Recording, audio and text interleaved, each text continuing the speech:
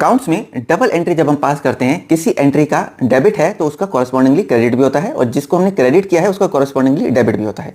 यहाँ पे अगर हमने फर्नीचर खरीदा है इन कैश, एसेट है, एक एसेट हमारी इंक्रीज हुई और दूसरी एसेट हमारी रिड्यूस हो गई।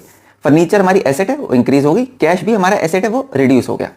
दूसरे एग्जांपल में फर्नीचर टू क्रेडिटर, अब हमने उधारी पे सामान दिया, एक जगह पे एसेट इंक्रीज हो गई और दूसरी जगह पे हमारी लायबिलिटी खड़ी हो गई। लायबिलिटी बढ़ेगी तो क्रेडिट, एसेट बढ़ेगा तो डेबिट।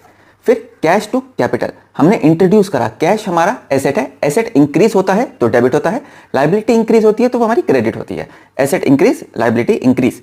अब क्रेडिटर को हमने पेमेंट कर दी, लायबिलिटी हमने रिड्यूस कर दी, जिससे उधारी में माल लिया था अब उसको पे ऑफ कर दिया, कैश भी हमारा रिड्यूस हो गया, यहाँ पे एसेट भी रिड्यूस हो गई और कैश भी रिड्यूस हो गया।